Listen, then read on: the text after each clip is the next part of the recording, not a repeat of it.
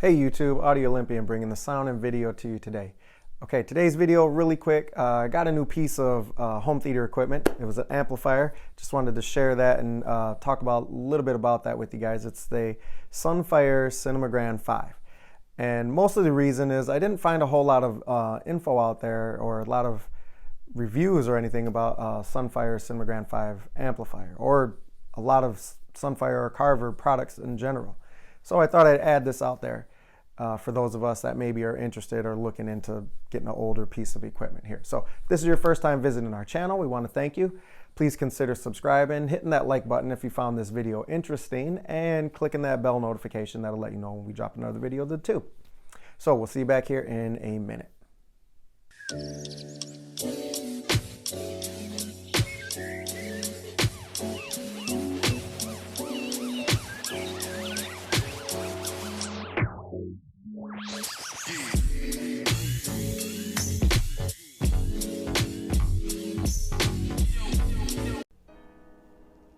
Okay, so here's our second system, and what we're kind of highlighting today is the addition to our audio family here. This Sunfire Cinema Grand 5, it's a 5-channel amplifier. I just picked this up on eBay not too long ago, and I've swapped it out from the Rotel 1075. And reason being for that was I wanted to have something with a little bit more power, and I also wanted something that didn't have a button in the front, but also would take an auto turn on option. So you don't have to turn it on, from the button, and doesn't have a trigger input or output. And both of these amplifiers are quite old. I want to say, I think maybe 2000 for the Rotel 1075 and mid to late 90s for the Sunfire Grand. And small review on it. I might do something a little bit more detailed later on, because there really isn't much out there for the Cinema Grands or a lot of Sunfire. There's a lot of Sunfire clips and videos, but not too much reviewing, because most of those models of all the products are quite older now. But I gotta tell you, I'm very glad with that trade-off, because it increased my sound dramatically and my speakers really come alive. I did a lot of read up and research on it, and it did state that it tends to have a tube sound to the amplifier output. And it does. It does have a little bit of warm, cleaner tube sounding output to that amplifier. And I'm very happy with that. And I did try to go along. I'm a fan of Audioholics. I watch Audiophiliac show every day. Stuff like that, like I'm sure a lot of you guys do in the community. And one of the things that Gene De La Sala said, I messaged him a few times, and he had even told me personally through some emails and messaging on videos that there's really no need to upgrade your amplifier unless you're going to double the power output, the watts or the current, that it produces from the amplifier.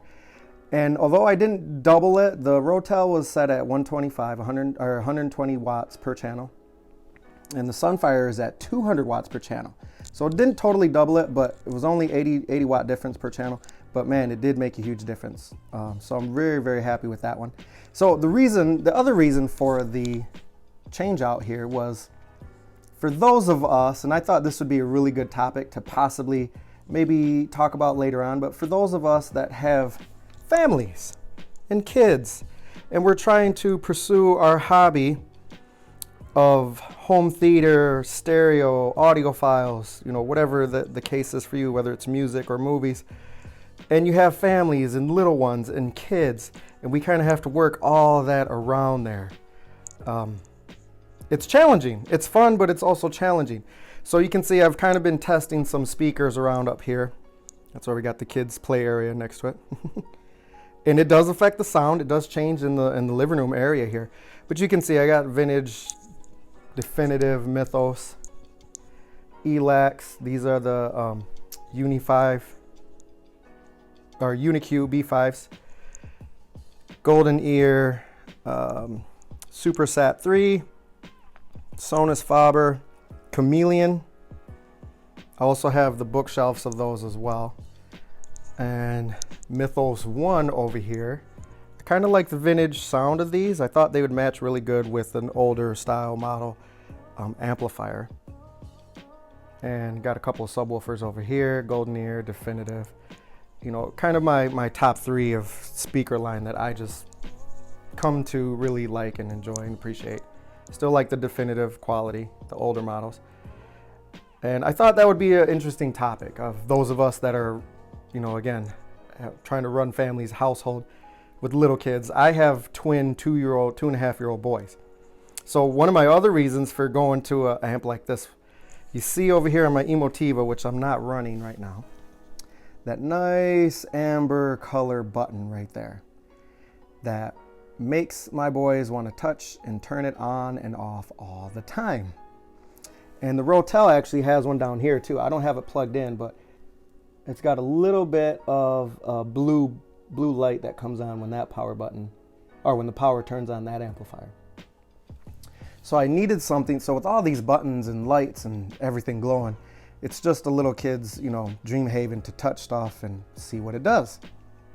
So in order to save me from having a power outage or enjoying a movie at, you know, high-end levels, which I like to turn my music and movies really loud, and have one of them touch it and turn it off and mess everything up for me for whatever reason, I decided to go with something that doesn't have a very big colorful button on it that entices them to touch. And it's even on right now, if you can tell. It's got a low amber color to that meter light bulb in there. And I like that because even at night, it's not very, very bright. Whereas I think if I can turn this one on. Yeah, see that blue? I love Emotiva, and see, you can see all the fingerprints there for my kids. That blue is very, very bright if it's dark, and it's a lot darker. So I wanted something that wasn't gonna be as bright there. Turn that back off. So what we have over here for the Denon, for our receiver, is the Denon, and this is, what is it? The 32 AVR X3200. I mostly got this one because it was Atmos and DTS-X. Dang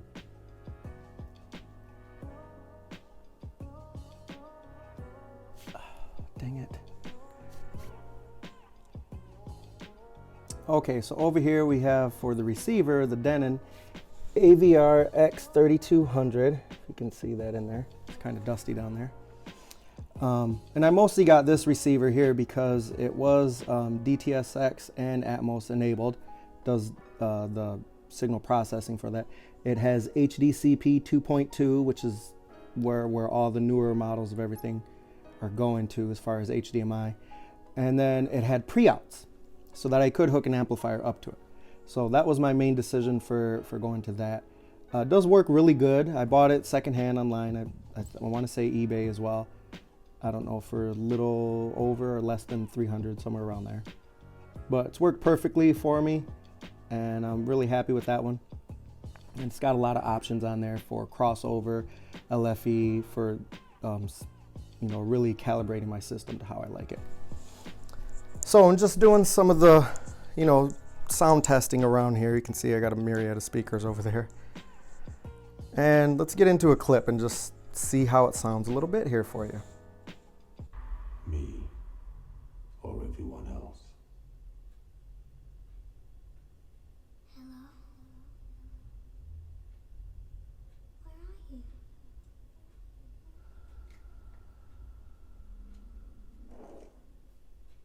Where are you, Nurse? Here they come again, worming their way into the black matter of my brain. Help us, Max. You promised to help us. I tell myself, they cannot touch me. They are long dead.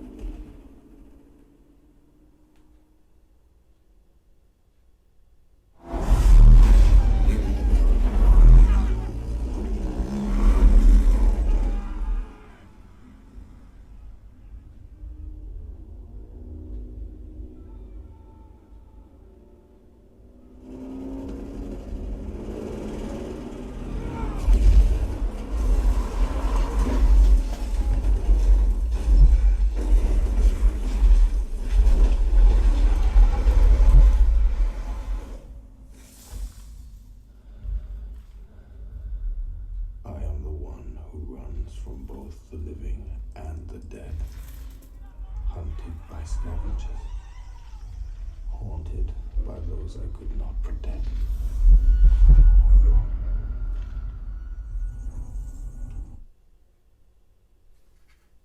Have it. A little bit of a review and a description on that Sunfire Cinema Grand 5 amplifier. Again, sorry for the mix-up on the ELAC. It's the Unify UB5 speaker that I got. Bookshelf speakers. I also have the towers with those, and thinking about doing comparison review on the bookshelves and towers here coming up soon. But yeah, you know, I really enjoyed that amp. I'm really enjoying it. I still have it. I'm playing it. It can get really loud, no distortion, has great bass to it, great sound. Try to catch as much as I could in the clip there for you guys there, but I thought I'd share that out. And looking and researching on the internet and seeing different things, not a whole lot of information or videos out there about Sunfire and just in Sunfire products in general. Not sure why that is, but I've always been a fan of Carver products and Sunfire products. This is my fourth Carver Sunfire amplifier that I've had in my possession, and I've always liked all the product line there. And this one has not let me down, has not failed at all. Got it for a great price, a little bit over $700 on eBay, and it's worked out great. Haven't had any problems with it, and I just wanted to share that with all you guys. So thanks for watching, and we'll see you guys next time.